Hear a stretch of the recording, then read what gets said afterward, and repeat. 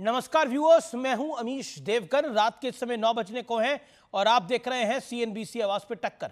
लोकसभा चुनाव से ठीक पहले हरियाणा की सरकार में बड़ा उलटफेर हो गया है। यहां पर बीजेपी और जेजेपी का अलायंस गठबंधन टूट गया है और अब नायब सिंह सैनी नए मुख्यमंत्री बनकर उभरे हैं। तो दूसरी ओर बंगाल से लेकर महाराष्ट्र तक विपक्षी गठबंधन में भी जोड़ तोड़ का सिलसिला जारी है। तो आज इसी मुद्दे पर होगी जोरदार टक्कर, सियासी तंत्र, जोड़ तोड़ का पॉलिटिकल मंत्र। आज सीएनबीसी आवाज की टक्कर का ट्यूसडे एडिशन इसी विषय पर व्यूअर्स। मैं नायब सिंह ईश्वर की शपथ लेता हूं कि मैं विधि द्वारा स्थापित भारत के संविधान के प्रति सच्ची श्रद्धा और निष्ठा रखूंगा।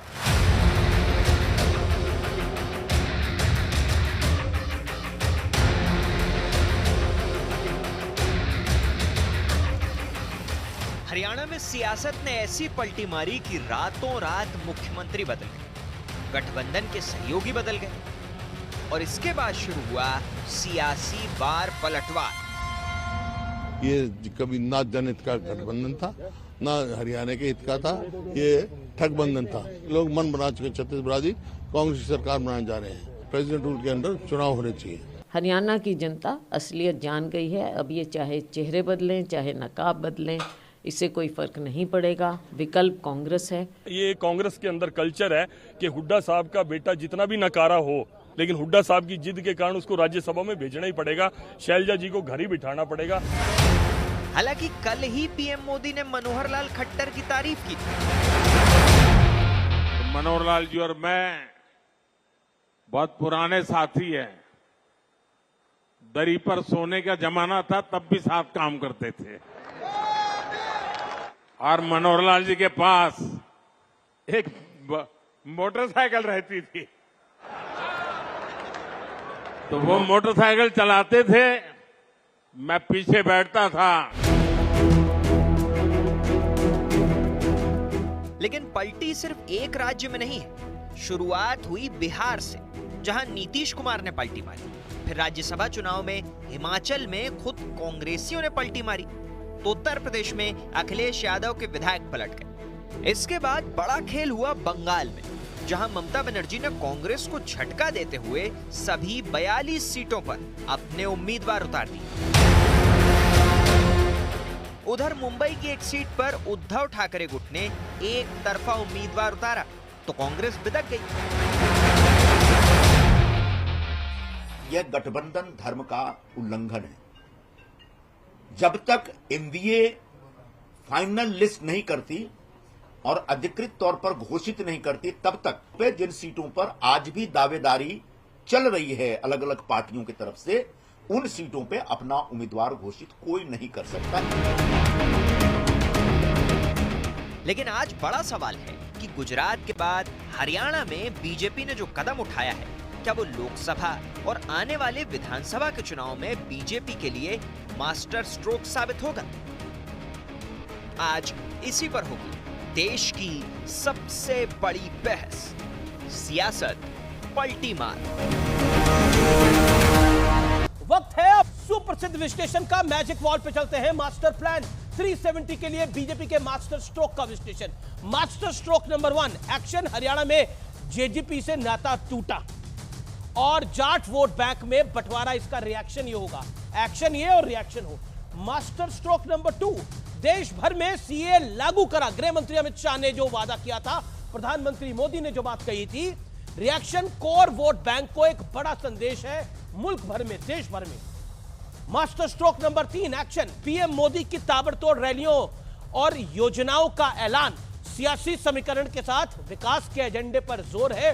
बीते कुछ हफ्तों से ये हम देख रहे हैं। Master stroke number 4, action. 15 से 19 मार्च के बीच साउथ में दर्जन भर रैलियां करेंगे देश के प्रधानमंत्री। नॉर्थ और साउथ की सीटों का संगम बनाने की कोशिश है। बीजेपी इस बार साउथ इंडिया में परचम लहराना चाहती है। और कल जब हमारा ओपिनियन पोल आएगा, आपको हम बताएंगे कि आखिरकार ग्राउंड जीरो से रिपोर्ट क्या आ रही है।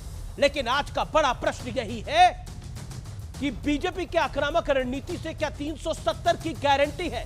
क्या दलों को तोड़ लेने से 370 की गारंटी है, या यह बीजेपी का अति आत्मविश्वास है ये भी आज का सवाल है। मेरे साथ बात करने के लिए कौन कौन है, आइए परिचय करा देते हैं। सुधांशु मित्तल मेरे साथ भारतीय जनता पार्टी के नेता हैं, बड़े दिनों बाद आर पार में जुड़ रहे हैं, उनका अभिनंदन है। सीनियर लीडर है भारतीय जनता पार्टी के। मेरे साथ आज की चर्चा में रोहित अग्रवाल है, रालोद के प्रवक्ता है, नेता है, उनका अभिनंदन है। सुनील यादव है, प्रवक्ता समाजवादी पार्टी के। मेरे साथ विवेक श्रीवास्तव है, लेफ्ट के नेता, उनका अभिनंदन है। मेरे साथ राजेश गुप्ता आम आदमी पार्टी के विधायक भी जुड़ेंगे, उनका भी अभिनंदन है। आप तमाम लोगों का स्वागत है। लेकिन आज की शुरुआत रोहित अग्रवाल आपसे करनी होगी, और शुरुआत इसलिए आपसे करनी होगी कि आप अभी अभी ताजे ताजे आए हैं इनके पास। लेकिन जेजेपी 4.5 साल थी, लेकिन जब वो गई है तो उसके विधायक टूट गए हैं, पार्टी छिन्न भिन्न हो गई है। सुनते दुष्यंत चौटाला परेशान है और कह रहे हैं कि मेरी पार्टी छीन ली मुझसे। आप तो अभी अभी ताजे ताजे गए हैं, देखिए 4 साल बाद आपके हालात क्या होंगे?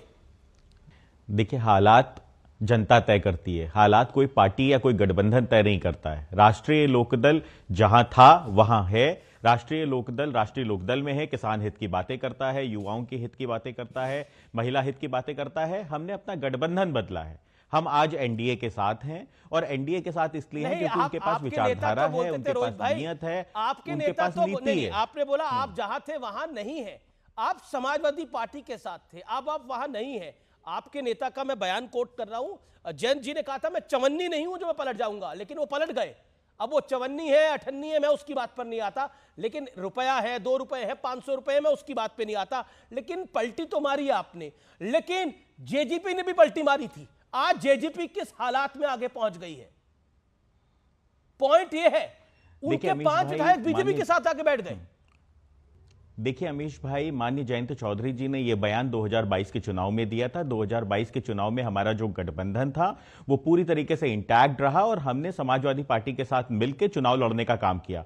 समाजवादी पार्टी के आज अपने मूल स्वरूप में है जो 2022 में थी। कांग्रेस तो नहीं थी हमारे गठबंधन के अंदर, तो आज तो कांग्रेस समाजवादी पार्टी के साथ है, तो पलटी तो उन्होंने भी मारी है। तो हमको और आपको यह समझना पड़ेगा कि राष्ट्रीय लोकदल जहां था वहीं है। राष्ट्रीय लोकदल किसानों की हित की बात करता था, अभी भी वहीं है। भाई हम एक बयान के पीछे अपनी जनता के साथ रोहित भाई माफ करिए, किसान आंदोलन हुआ, जयंत चौधरी का एको बयान नहीं आया, एक भी बयान आया हो तो दिखाइए। किसान आंदोलन हुआ अभी पीछे, मैं समझ सकता हूं मजबूरी होती है, हाँ। लेकिन इस मजबूरी में जेजेपी का क्या हाल हुआ है ये सोच ले आप लोग भी, और आपका जो वोटर है वो भी सोचेगा इस बात को कि हो सकता है अभी इनके साथ तो फिर सपा के साथ चले जाओ, तो आपको वोट क्यों करना? अब जेजेपी के वोटर को तो सोचना पड़ेगा ना कि ये 4.5 साल तक तो बीजेपी के साथ रहे, अब क्या, अब ये अलग हो रहे हैं। अब कांग्रेस तो कह रही है कि पूरा गेम प्लान है। अमीश भाई, जो गठबंधन होता है वो जनता के हित में होता है, जो गठबंधन होता है वो कार्यकर्ताओं के हित में होता है, जो गठबंधन होता है वो कहीं ना कहीं विचारधारा का रोहित भाई, तो हमको मैं इनकार करता हूं समझना पड़ेगा ना। गठबंधन जो होता है वो नेता के हित में होता है, गठबंधन जो होता है वो पदाधिकारियों के हित में होता है, इसका जनता से कोई लेना देना नहीं होता।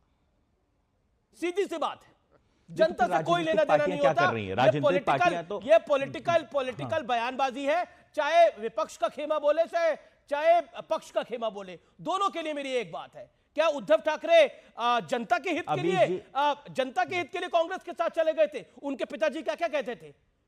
और क्या श्री जो शिंदे हैं वो जनता के हित के लिए अब बीजेपी के साथ आए हैं? ये तमाम तरह की बातें हैं। देखिए, ये नेचुरल अलायंस है शिवसेना और बीजेपी, उसमें कोई डिनाइल नहीं है, लेकिन ये कहानी जो है, ये कहानी सुनने में बहुत सुंदर लगती है। हम जो कुछ कर रहे हैं जनता के लिए कर रहे हैं, लेकिन जनता के लिए नहीं, सिर्फ अपने लिए और अपने पॉलिटिकल स्वार्थ के लिए करा जाता है, इसमें कोई दो राय नहीं है। रोहित भाई, ये बात स्पष्ट है। आप 30 सेकंड में अपनी बात रखिए। ऐसा नहीं होता। ऑपोजिशन देखिए हाँ, लोकतंत्र के अंदर आपको हर 5 साल में जनता के सामने जाना है, और अगर आप अपने हित में ही काम करते रहेंगे तो जनता आपको कभी चुनने का काम नहीं करेगी।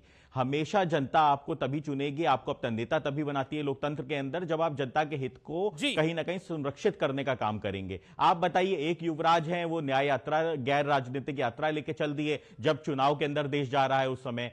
एक हैं जिनको पता ही नहीं है कि किस मुद्दे पे क्या स्टैंड लेना है, कभी डिबेट से भाग जाते हैं, कभी किसी मुद्दे पे स्टैंड बोलने बोलने से बचने लगते हैं। और कहीं ना कहीं आपने देखा किस तरीके से कांग्रेस ने राजस्थान के अंदर युवा नेतृत्व को आगे ना बढ़ा के अपने आप को खत्म कर लिया। मध्य प्रदेश के अंदर युवा नेतृत्व उन्होंने अपना खो दिया। आज हम युवा देश के अंदर बैठे हैं और आप वहीं भारतीय जनता पार्टी को देखिए कि हरियाणा के अंदर चुनाव से जाने से ठीक पहले उन्होंने युवा नेतृत्व के हाथ में अपनी बागडोर दे दी। उनकी भी एक आदमी स्टैंड ले रहा है, कड़े निर्णय ले रहा है, लेकिन पॉलिटिकल मजबूरी भी थी। मैं बीजेपी से भी रिएक्शन लूंगा, लेकिन सुनील यादव है और मेरे साथ विवेक श्रीवास्तव है। सुनील यादव, आज सुबह सुबह जब हरियाणा में पता लगा कि बीजेपी की सरकार इस्तीफा देने जा रही है तो विपक्ष के नेताओं ने बयान देने शुरू कर दिए। देखिए, हिमाचल हिलाने चले थे, हरियाणा हिल गया। लेकिन ये बीजेपी की सोची समझी रणनीति थी। उन्होंने सीएम बदला और कोई बड़ी मुसीबत भी नहीं आई, कोई विधायक भी नहीं इधर उधर भागे और आराम से सीएम बदल गया। खट्टर जी ने नए सीएम सैनी साहब को आशीर्वाद दिया और बोलिए चलिए अब आप बागडोर संभालिए। क्या आपको लगता नहीं है विपक्ष को बहुत कुछ सीखना है? अभी चुनाव से ऐन पहले ऐसा रिस्क लेना, ये बीजेपी की क्षमता है, पॉलिटिकल क्षमता है। You may deny it. Sunil ji. नहीं अमित जी, इसको क्षमता नहीं, इसको आप कमजोरी कहिए। ये उनकी कमजोरी है और उन्होंने मध्य प्रदेश में चेहरा बदल दिया, उन्होंने छत्तीसगढ़ में चेहरा बदल दिया, उन्होंने राजस्थान में चेहरा बदल दिया जी, आज हरियाणा में चेहरा बदल दिया। जनता के साथ मिलकर के भाजपा के बहुत से नेता 2024 में दिल्ली वाला चेहरा बदल देंगे। और यह बात मैं ईमानदारी से कह रहा हूं। देखिए, किसी भी दल को इस बात के लिए घमंड नहीं हो जाना चाहिए कि 10 साल से हम नहीं हार रहे हैं। अगर 10 साल में इस देश की सम्मानित जनता ने आपको मौका दिया जी, आपको प्यार दिया, आपको आशीर्वाद दिया, आपको बहुमत दिया जी, तो आपकी उन बातों पर, जब आपने कहा था महंगाई को कम करेंगे, हम रोजगार के इंतजाम करेंगे जी, हम सीमाओं को सुरक्षित लेकिन रखेंगे, आपने एक लाइन बोली, रुपए को डॉलर के बराबर लाएंगे, सुनील यादव, हवाई चप्पल पहनने वाला हवाई जहाज से उड़ेगा। आपने एक लाइन बोली कि 2024 में यानी लोकसभा चुनाव में दिल्ली वाला चेहरा यानी मोदी जी का चेहरा बदल देंगी। वही एक चेहरा है जिसके भरोसे बीजेपी इतने चेहरे बदल देती है और उसके बाद भी चुनाव जीत के आ जाती है। ये देखिए, आप और मैं दोनों पॉलिटिकल स्टूडेंट हैं। एक आप पॉलिटिकल लीडर है, मैं पॉलिटिक्स को कवर करता हूं। We have to stick to this. हम कम से कम सत्य तो बोले। मतलब आपको लगता है कि मोदी का चेहरा बदलने के मूड में जनता है? ओपिनियन पोल देखिए लेटेस्ट जो आए हैं, वो कितनी बड़ी लैंडमार्क विक्ट्री बीजेपी को दे रही है। अच्छा, सुधांशु मित्तल बहुत पुराने नेता हैं, इन्होंने बीजेपी को विपक्ष में भी देखा है, सरकार में भी मैं देखा। अपनी बात तो कह लूं, अब रखिए जवाब तो दे लूं जी, बोल रख लीजिए 30 सेकंड। देखिए अमित जी, मुझे लगता है कि आपने कहा हम पॉलिटिकल पार्टी के वर्कर हैं, आप पत्रकार हैं, पॉलिटिकल चीजों को देखते हैं। पॉलिटिकल वर्कर को और पॉलिटिकल पत्रकार को दोनों को इतिहास पढ़ना चाहिए जी। और मैं 77 की बात कर रहा हूं। 77 में जब सारे अखबार लिख रहे थे कि इंदिरा जी आ रही हैं, कांग्रेस आ रही है, इंदिरा भी हारी, कांग्रेस भी हारी। मैं आपके कार्यक्रम में कह रहा हूं, इस देश का किसान, पिछड़ा, दलित, मुसलमान, बेरोजगार, महिलाएं, सबने मन बना लिया है, बीजेपी भी हारेगी और मोदी जी भी हारेंगे। जी, मेरे साथ सुधांशु मित्तल है, मैं उनका रुख कर लेता हूं। सुधांशु मित्तल, चेहरा बदलने की बात कही जा रही है, लेकिन देखिए एक चीज तो बदल गई है कि बीजेपी अलायंस करती है तो अपने सहयोगियों को भी नहीं छोड़ती। जेजेपी का क्या हश्र करा आप लोगों ने हरियाणा में? आरएलडी डर गई होगी आज। एक चीज का हमें ध्यान रखना चाहिए जी। देखिए, हमें एक चीज का ध्यान रखना चाहिए जी। जेजेपी का जो अलायंस था ना, वो पोस्ट पोल अलायंस था। हम उनके साथ अलायंस में नहीं थे, उनके साथ मिलकर सरकार बनाई थी। जब हम चुनाव लड़े थे तो अकेले लड़े थे, और अभी भी जब चुनाव है तो हमारी, क्योंकि सारी स्थितियां परस्पर विरोधी हैं, तो चुनाव में जाना स्वाभाविक नहीं है उनके साथ, इसलिए अलायंस टूटा है। अब इसके लिए उसको कहना कि हम लोग छोड़ गए और ये गए, तो मैं भी सुनील जी की बात सुन रहा था। सुनील जी ने कहा, साहब देखिए ये चेहरा बदल देते हैं, ये राजस्थान में बदल दिया, मध्य प्रदेश में बदल दिया, छत्तीसगढ़ में बदल दिया। सुनील जी, हम जब चुनाव में गए थे तो हमने क्या चेहरा दिखाया था? हमने छत्तीसगढ़ में किसी का चेहरा दिखाया था क्या? मध्य प्रदेश में दिखाया था क्या? राजस्थान में दिखाया था? नहीं दिखाया था। और हमारी क्षमता क्या है? हम नए नए लोगों को सामने लाके एक नया नेतृत्व देने की क्षमता रखते हैं। ये चल पानी है, ये अचल पानी नहीं है, ठहरा हुआ पानी नहीं है, इसमें एक बहाव है। इस बहाव की वजह से इसमें ग्रोथ है, इसका विकास है। आप लोग एक ही चेहरे पे ऐसे अटके हुए हैं कि हार हार हार हार, लेकिन नहीं, चेहरा नहीं बदलेंगे। आपकी मर्जी, हम तो चाहते हैं कि तो मोदी जी का चेहरा बदल रहे हैं आप लोग। से विपक्ष जो है एक चेहरा में मोदी जी का चेहरा बदल रहे हैं आप लोग। मैं कभी नहीं बोलता, प्लीज। 24 में हम नेतृत्व मोदी जी का लेके जा रहे हैं, क्योंकि उनकी विश्वसनीयता है, उनके ऊपर इस देश को नाज है, इस देश को गौरव है उनको, और उनके नेतृत्व में लड़ रहे हैं और ठोक के लड़ रहे हैं। कोई उसमें हमारे यहाँ कोई किसी में संशय नहीं है उसके बारे में, क्योंकि आज देश में अगर उम्मीद किसी से है, देश में भरोसा किसी पे है, तो नरेंद्र भाई पे है। जहां तक कांग्रेस का सवाल है या गठबंधन की राजनीति का सवाल है, अगर अमीश भाई आपने देखा हो तो अभी तक सिर्फ 47 सीटें ऐसी हैं जो कांग्रेस लड़ेगी किसी गठबंधन में। कहां इंडी की बात हो रही थी, कहां हो रही थी, और जो उनके साथी दल हैं वो सिर्फ जो है 36 सीटों पे लड़ेंगे। जी, सुनील यादव, मतलब 83 सीटों का टोटल गठबंधन हुआ है। एक अच्छा पॉइंट आप निकाल के लाए हैं। Sunil Yadav, respond to Sudhanshu Mittal. अमीश जी ने ठीक बात, सुधांशु जी ने एक सबसे अच्छी बात कही कि विश्वसनीयता है।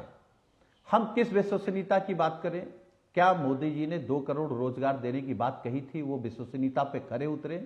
महंगाई कम करने की बात कही थी, विश्वसनीयता पे खरे उतरे? किसानों की आय दोगुनी करने की बात कही थी, विश्वसनीयता पर खरे उतरे? सीमाएं सुरक्षित होंगी, क्या विश्वसनीयता पर खरे उतरे?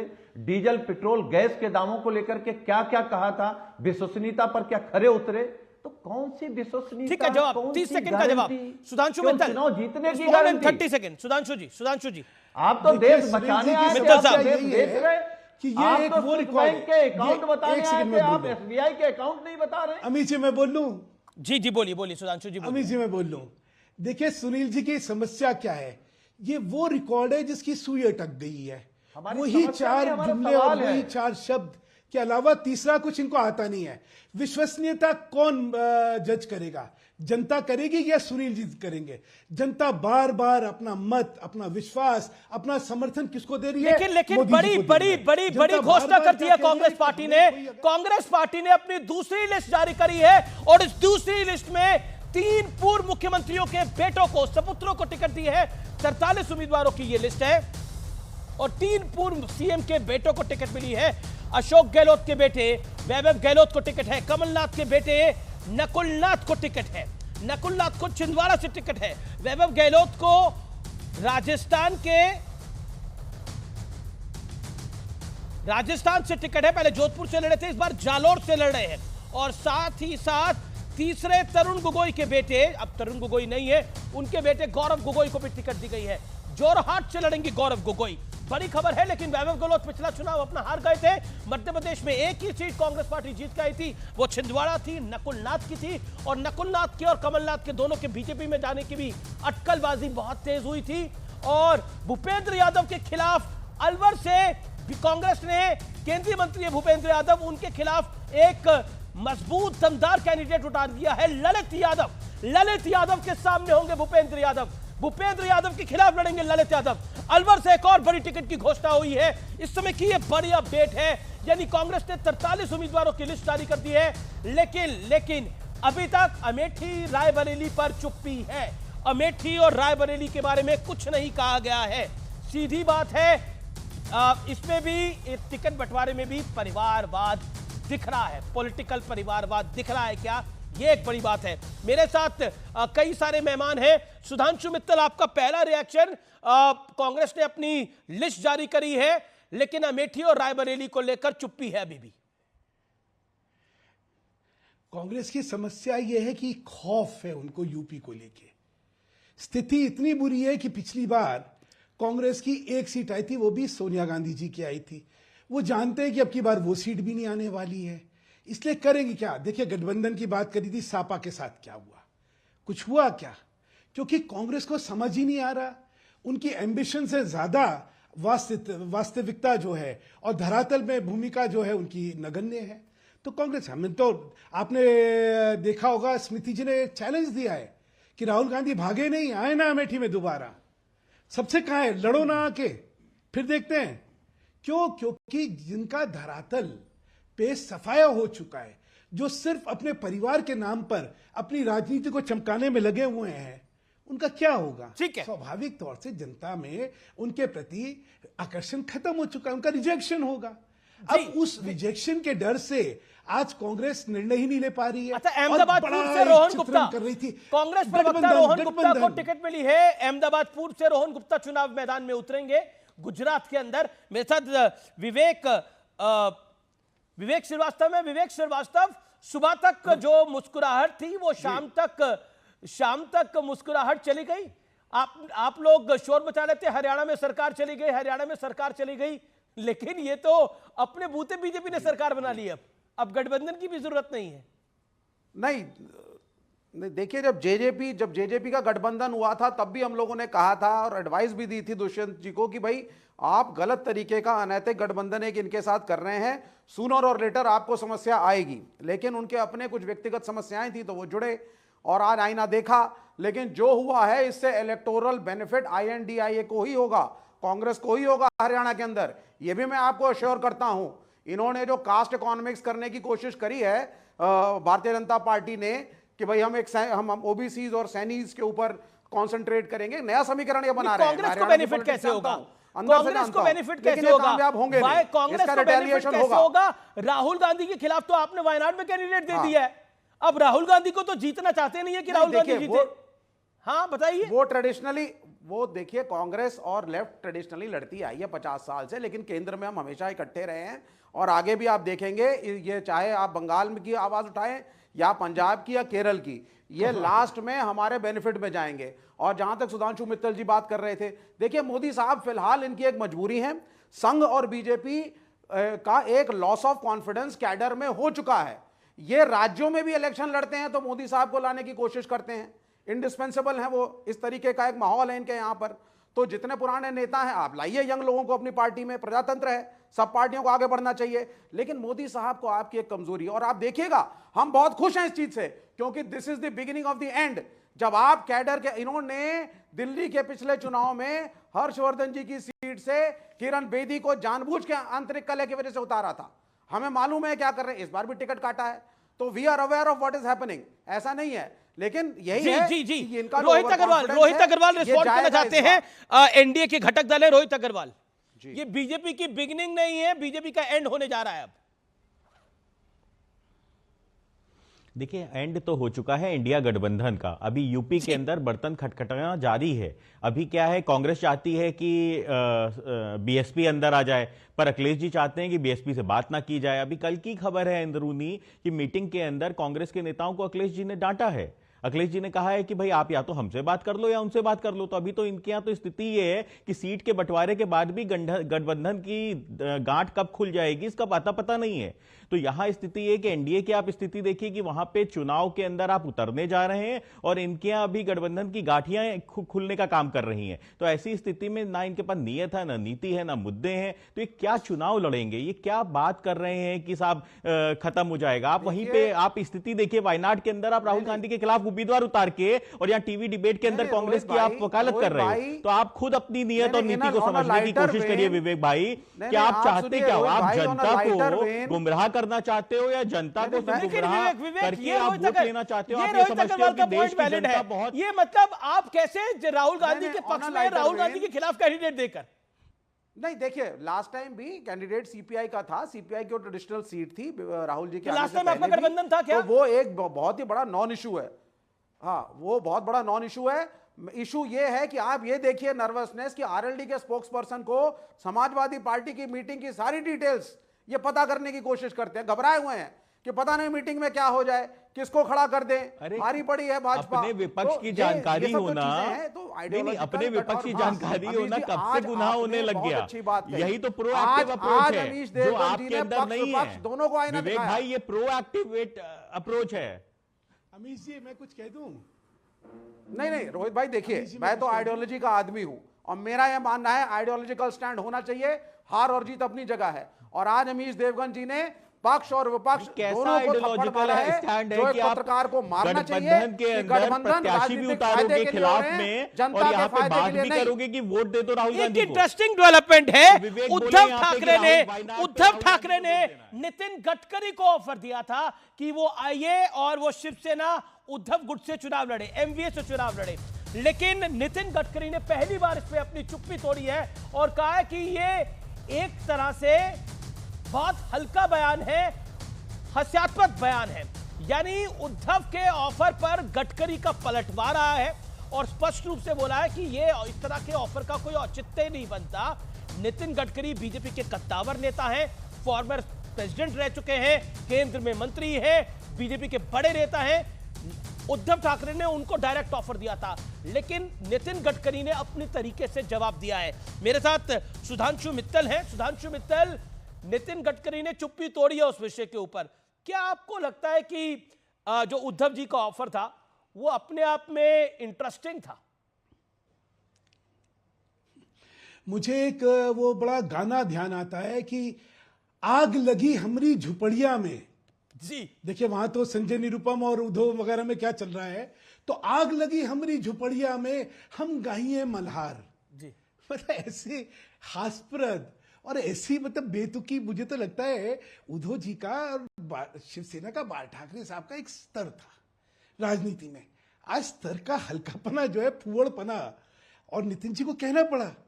कैसी फुहड़पनी की बात है। महाराष्ट्र की एक भी सीट पे अभी हमने निर्णय नहीं लिया, क्योंकि वहां पे गठबंधन की राजनीति में हमें तय करना है, इसलिए नहीं अभी तक कोई घोषणा हुई। उसको अरे आपको टिकट डिनाई कर दी गई है, तो नितिन जी ने बता दिया कि भाई तुम किस तरह के नहीं, ये तो जब जाहिर है कि नितिन गडकरी साहब, मैं एक बात अभी सिर्फ ये हुआ है बीजेपी में सुन रहा था, इस पे तो सारे मीडिया वाले बात करते हैं। ये तो खुली किताब है ये विषय। मैं टोक नहीं रहा था। विवेक भाई, आपका महाराष्ट्र में क्या है? विवेक भाई, महाराष्ट्र में कितनी सीटें आ रही हैं आपकी? अच्छा, अभी आप मतलब बीजेपी तो लड़ाई में भी है। नहीं, महाराष्ट्र में आप तो महाराष्ट्र में, यूपी में लड़ाई में भी नहीं है। दो साधुओं का की नहीं, आप सुनिए, जब दो तब सारे मीडिया ने, हाँ इंक्लूडिंग न्यूज 18, सबने हमें घेर लिया, साहब ये तो वामपंथी करवाते हैं। आज आप कह रहे हैं वामपंथ का क्या है? वामपंथ बहुत बड़ा है। वामपंथ के पॉलिटिकल वामपंथ बहुत बड़ा है, वामपंथ बहुत बड़ा है। कितनी अच्छी है कि राहुल गांधी और कांग्रेस के साथ केरल में लड़ रही है और बड़े कम मिनिस्टर भाजपा के काम कर पा रहे हैं। त्रिपुरा में इन्होंने एक बहुत ही कम एजुकेटेड, शायद गठबंधन की राजनीति होनी चाहिए। मेरी चर्चा में लगातार नहीं बोलना होता। आप अपनी बात को रखिए, सुधांशु अपनी बात को रखिए। Sudhanshu Mittal, make your point, 30 seconds. ठीक, तो इनकी समस्या क्या है कि हाथी के दांत दिखाने के और खाने के अलग। अरे भाई, तुम्हारा अस्तित्व कहां है? केरल में है, वहां हम गठबंधन नहीं करेंगे।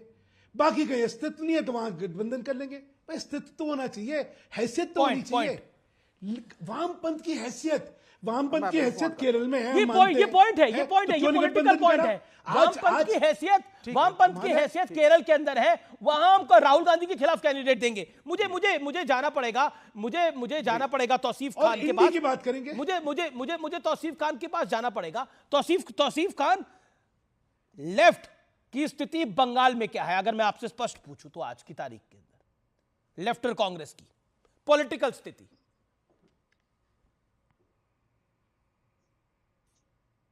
देखिए अमीश जी, अभी लेफ्ट के पास में 0 सीट है एमपी इलेक्शन का, जो 2019 में हुआ, और कांग्रेस के पास में 2 सीट है।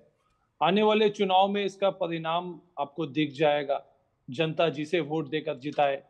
हालांकि ये बात सब जानते हैं कि बंगाल में ममता का लहर है और मैक्सिमम सीट ममता बनर्जी को मिलेगा। लेकिन मैं एक बात जरूर इनको कितनी सीटें मिलने की संभावना है? मैं लेफ्ट और कांग्रेस की सीटें पूछ रहा हूं, कितनी संभावना है आपके अनुसार?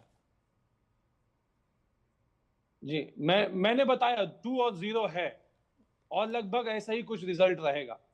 लेकिन आपने 4 नाम कांग्रेस के जिताए, गिनाए बाप और बेटे के। मैं बीजेपी से 18 नाम गिनाना चाहूंगा आपके दर्शकों के लिए।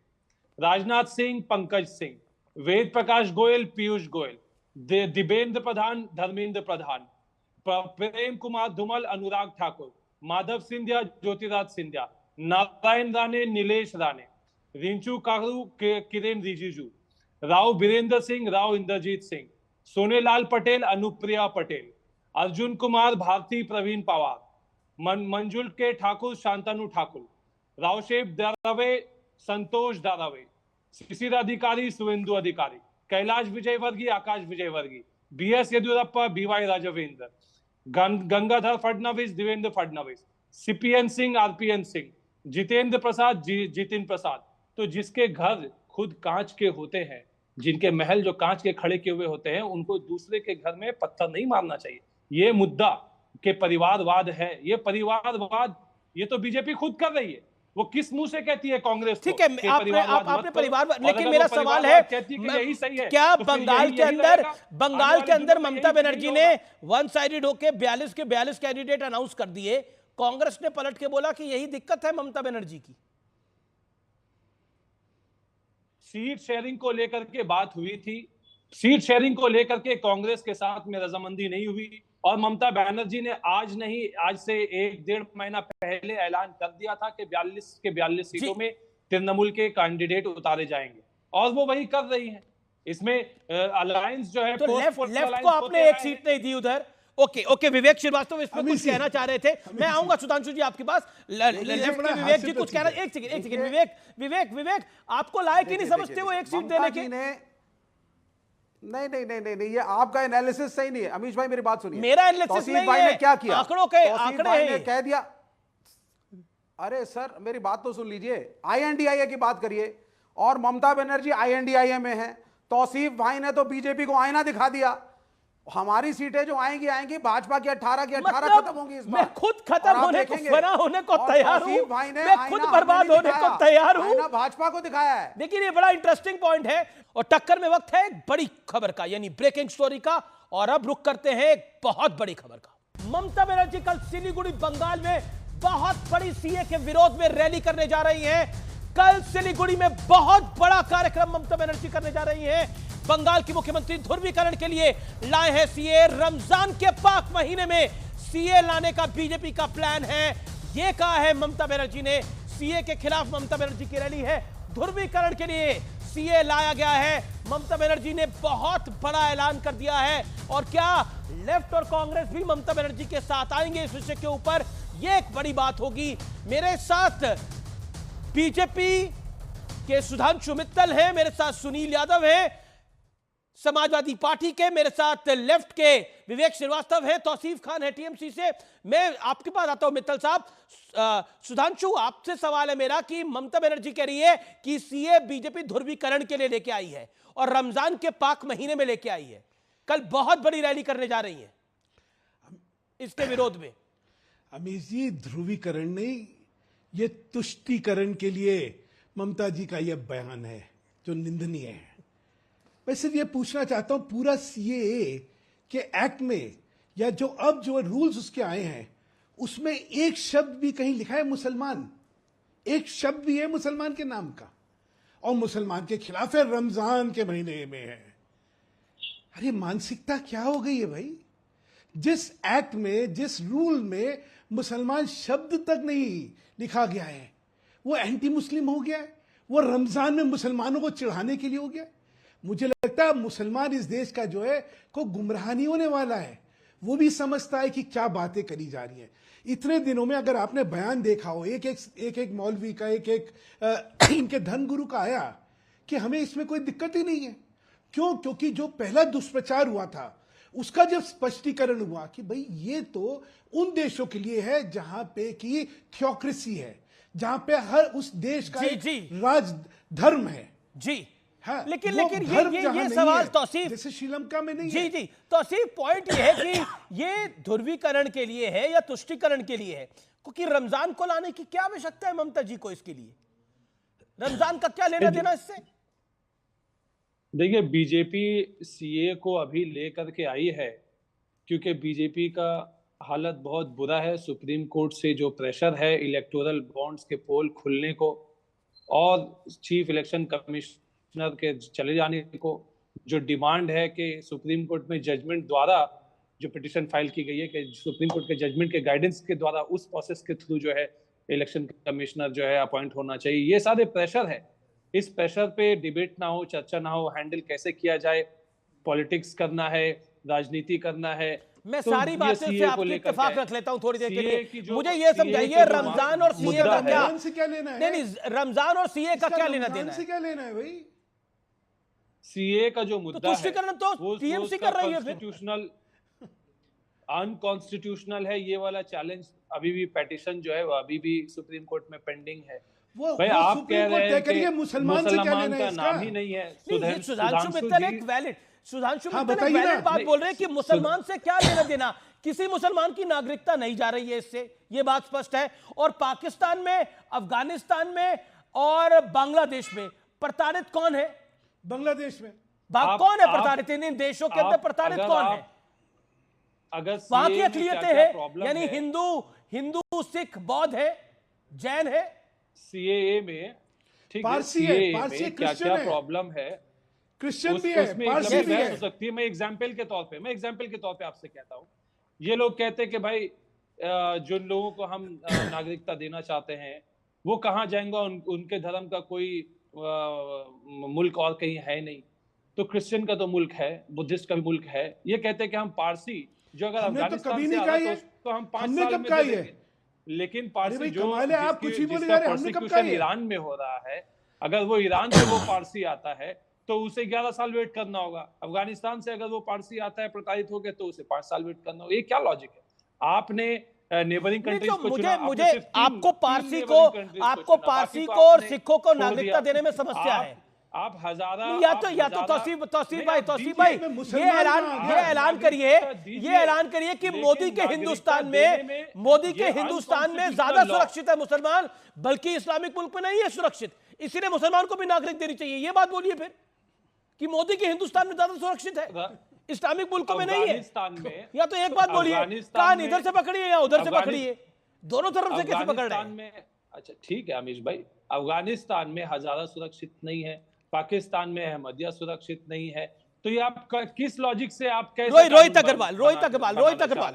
अग्रवाल सीए, वहां पे एक स्टेट रिलीजन है, थियोक्रेसी है। या that's the point, Islamic state है वो कोई इस्लामिक स्टेट है वो। धर्मनिरपेक्ष राजनीति। रोहित अग्रवाल का स्टेट रिलीजन इस्लाम है। वहां से भी होगा परसिक्यूशन, तो देखेंगे हमारे साथ बॉर्डर जहां पे आसपास। ठीक है, Rohit Agarwal wants to make a point. Rohit Agarwal मतलब नींद से सो के उठे और एक हमने कानून पास कर। अमीश जी नहीं कानून तो कब का पास हुआ है, नोटिफिकेशन अब आया बस। वो इंतजार कर रहे हैं कि भाई चुनाव आएगा तब हम करेंगे। अमीश जी नहीं, अमीश जी एक बात समझनी पड़ेगी। 2019 में कानून पास हुआ, सदन में कानून पास हुआ, तब ये क्या कर रहे थे ममता बनर्जी जी? तब क्या कर रही थी कांग्रेस? और 6 साल सरकार ने लिए जनता को समझाने के लिए कि ये नागरिकता देने का कानून है, नागरिकता लेने का कानून नहीं है, और उसके बाद नोटिफाई कर रही है। और अभी तौसीफ खान कह रहे थे कि मुद्दों से भटकाने की कोशिश कर रहा है एनडीए। तो आप ये बताइए कि भैया फिर मुद्दों के ऊपर रैली करनी चाहिए थी ना, सीए के ऊपर रैली क्यों कर लेना होती है? तो मुद्दों से तो आप भटकाने की कोशिश कर रहे हो। ठीक है, आपको पहले समझना चाहिए कि आप मुद्दों के ऊपर रैली नहीं करते हो, सीए पे रैली करते हो, उसके बाद आप कह रहे हो कि सब मुद्दों से भटकाने का काम। सुनील यादव आपको तो ये समझना पड़ेगा ना। मुद्दा तो इलेक्टोरल बॉन्ड है। नहीं, मुद्दा तो इलेक्टोरल बॉन्ड है, तो बाहर रैली इलेक्टोरल बॉन्ड पे करते, सीए पे क्यों कर रहे हो? रमजान सीए क्यों लेके आ रहे हो? तो इलेक्टोरल बॉन्ड पे कर लो ना फिर, तो कर लो रैली। किसने इनकार किया? रैली करिए इलेक्टोरल बॉन्ड पे। सुनील यादव, रैली करी जा रही है, रैली का विषय तय हो रहा है कि सीए पे करेंगे। रमजान के पाक महीने में आ गया है और बात इलेक्टोरल बॉन्ड की हो रही है, और गठबंधन में कोई किसी को सीट देने को तैयार नहीं है। बंगाल में ममता देने को तैयार नहीं है, केरल में लेफ्ट देने को तैयार नहीं है, लेकिन हम साथ साथ हैं। जैसे कादर खान के साथ जॉनी लीवर थे। देश का एक बड़ा मुद्दा जरूर है कि देश के प्रधानमंत्री जी ने देश के कुछ चंद उद्योगपतियों को करीबन 16 लाख करोड़ रुपए माफ कर दिया, और उन्हीं चंद उद्योगपतियों से बीजेपी ने पैसा ले लिया। ये एक जांच का विषय है। इसमें हम धन्यवाद देंगे सुप्रीम कोर्ट को कि जो लोग स्विस बैंक का अकाउंट बताने आए थे वो एसबीआई का नहीं बता रहे हैं। मैं बीजेपी के प्रवक्ता से, एसबीआई ने इलेक्शन कमिश्नर को आंकड़े दे दिए हैं। एसबीआई ने इलेक्शन कमीशन को आंकड़े दे दिए, 15 तारीख को सार्वजनिक हो जाएगा। देश का सबसे बड़ा लुटेरा कौन है ये जल्दी अभी 15 तारीख को देश के सामने आ जाएगा। इसीलिए मैं कह रहा हूं बीजेपी 200 पार नहीं जा रही है।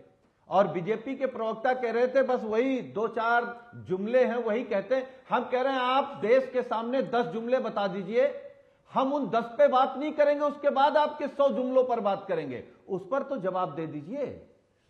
आपके वादे, अभी तो आप कह रहे हैं विश्वसनीयता है मोदी जी की, ये मोदी जी की गारंटी है, और जैसे ही बढ़ जाते हैं फिर वो गारंटी खत्म हो जाती है, फिर वो जुमला हो जाता है। क्या देश की किसानों की आय ठीक है, जवाब रोहित अग्रवाल कुछ ऐड करना चाहते हैं। रोहित अग्रवाल मैं आपको सुधांशु जी मौका दूंगा। रोहित अग्रवाल। अरे रोहित क्या करेंगे, बेचारे हैं रोहित, कल कहीं थे कल कहीं होंगे। अरे आप बीएसपी हम भाजपा से पूछ रहे हैं, लड़ाई बीएसपी आपके साथ होगी कि नहीं होगी गठबंधन में? अच्छा रोहित आप बेचारे हैं। नहीं बिल्कुल ठीक कह रहे हैं, आरएलडी से लड़ भी नहीं पाएंगे। हाँ नहीं ठीक कह रहे हैं। सुनील यादव इस समय बेचारे की स्थिति में ही है क्योंकि सीए सम्मान की 2 रोटी हमेशा अच्छी होती है, अपमान की 7 रोटियों से। सुनील यादव एक बात आपको ये समझना पड़ेगा, इसलिए नहीं हमारे नेता को कुछ सुनील यादव आप अपने नेता की चर्चा करिए, बात ही नहीं कर रहे। तो आप ये समझिए कि बात जनता की करनी है, क्योंकि मैं भी बहुत कुछ बोल सकता हूँ। हाँ बिल्कुल आप स्थिति में नहीं है, बिल्कुल क्योंकि आपने धोखा देने का काम किया, इसलिए आप बिल्कुल स्थिति में नहीं है हमसे बात करने। आपसे थोड़े लड़ रहा हूं। बिल्कुल आपको तो बनाया समाजवादी पार्टी ने, बिल्कुल आपसे क्या लड़ेंगे? अरे भैया आप चौधरी चरण सिंह जी की विचारधारा से उत्पन्न दल हैं, आप तो राष्ट्रीय लोकदल की उत्पन्नता है। आपने तो राष्ट्रीय लोकदल को 1979 में धोखा दिया और अब जयंत चौधरी जी को धोखा देने का आपने काम किया। तो आपको तो ये समझना पड़ेगा कि आप तो उत्पन्न ही हमारी विचारधारा से हुए। विरासत भाजपा से लड़ती रहेगी। तो आपने किसके सामने की? कांग्रेस के सामने नतमस्तक की है। पिछड़े के लिए, किसके सामने नतमस्तक की है? देश के लिए लड़ती रहेगी। आप तो कहीं लड़ते हुए दिखाई नहीं दे रहे सुनील भाई।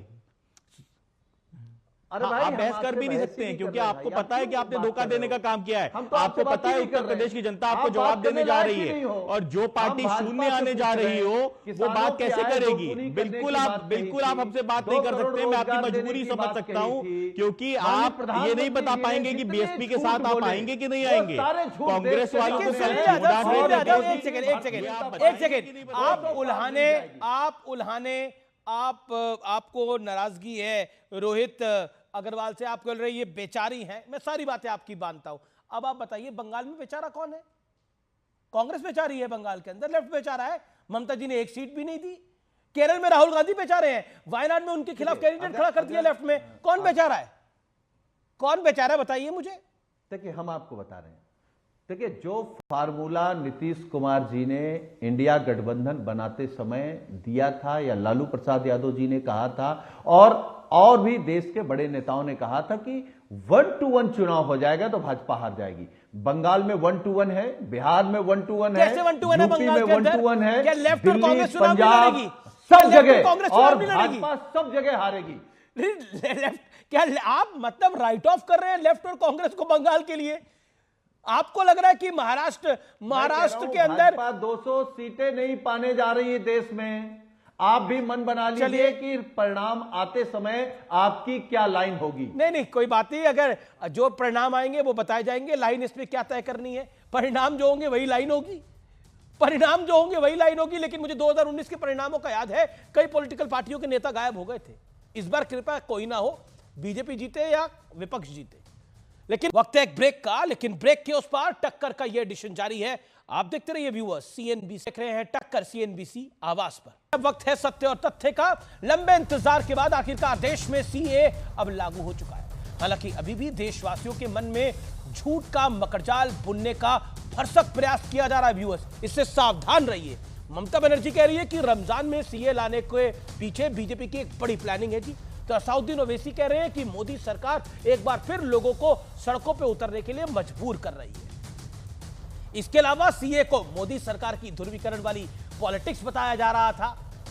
विपक्ष सवाल कर रहा है कि सीए के तहत जिन धर्मों के लोगों को नागरिकता का प्रावधान है उनमें मुस्लिमों को जगह क्यों नहीं दी। तो व्यूअर्स, आज मैं आपको बेहद आसान शब्दों में सीए का पूरा गणित समझाने का प्रयास करता हूं ताकि देश के लोगों में कोई भ्रम न फैला सके। सीए के तहत भारत के 3 पड़ोसी देश पाकिस्तान, अफगानिस्तान और बांग्लादेश से आए अल्पसंख्यक शरणार्थियों को नागरिकता देने का प्रावधान है। हिंदू, सिख, पारसी, ईसाई यानी क्रिश्चियन, बौद्ध और जैन धर्म के लोगों को सीए के तहत नागरिकता यानी सिटीजनशिप मिलेगी। सीए के दायरे में वही शरणार्थी आएंगे जो 31 दिसंबर 2014 तक भारत की सीमा में आ चुके हैं। सीए के तहत जिन 6 धर्मों को चुना गया है उसका आधार रिलीजियस प्रोसिक्यूशन यानी धार्मिक अत्याचार है। अब जो लोग भ्रम फैला रहे हैं वो बताएं कि पाकिस्तान, अफगानिस्तान और बांग्लादेश जैसे इस्लामिक मुल्कों में, इस्लामिक देशों में मुसलमानों पर धार्मिक अत्याचार कैसे हो सकता है। अब कुछ और सत्य और तथ्य समझ लीजिए। पाकिस्तान में 1951 में 15% से ज्यादा हिंदू आबादी थी, लेकिन 1998 आते आते ये हिंदू आबादी घट गई और सोचिए कितनी रह गई, 1.6%। 1951 से 1998 तक हर साल 60,000 हिंदू पाकिस्तान में गायब होते गए और आज पाकिस्तान में 1% से भी कम हिंदू बचे हैं और कोई ऑफिशियल आंकड़ा नहीं है। वो 0.5 या 0.2 भी हो सकता है। इतना ही नहीं, पाकिस्तान में आजादी के वक्त 23% अल्पसंख्यक थे, लेकिन 2017 में यह आबादी घटकर 3% रह गई, यानी करीब 70 साल में अल्पसंख्यकों की 20% आबादी गायब हो गई। कुछ ऐसे ही हालात बांग्लादेश में भी है। 1971 में बांग्लादेश की आबादी में करीब 25% हिंदू थे, जो अब घटकर 9% से भी कम बचे हैं। और अफगानिस्तान में तालिबान का शासन आने के बाद तो तस्वीरें पूरी दुनिया ने देखी है। सभी ने देखा है कि कितनी मशक्कत के बाद हमारे सिख भाई गुरु ग्रंथ साहिब को लेकर भारत पहुंच सके। ये तस्वीरें सब कुछ बयां कर देती है। ध्यान देने वाली और सोचने वाली बात यह है व्यूअर्स कि दुनिया भर में 55% से ज्यादा इस्लामिक देश है जहां मुस्लिमों को शरण मिल सकती है, लेकिन हिंदुओं और सिखों और जैनियों के लिए भारत अपने दरवाजे नहीं खोलेगा तो आखिर कौन सा मुल्क खोलेगा दुनिया के अंदर, क्योंकि उनका मूल मुल्क, उनका मूल देश यही है। और इसी के साथ मैं अपनी वाणी को विराम देता हूं। फिलहाल टक्कर के ट्यूसडे एडिशन में इतना ही। नमस्कार, शुभ रात्रि, गुड नाइट।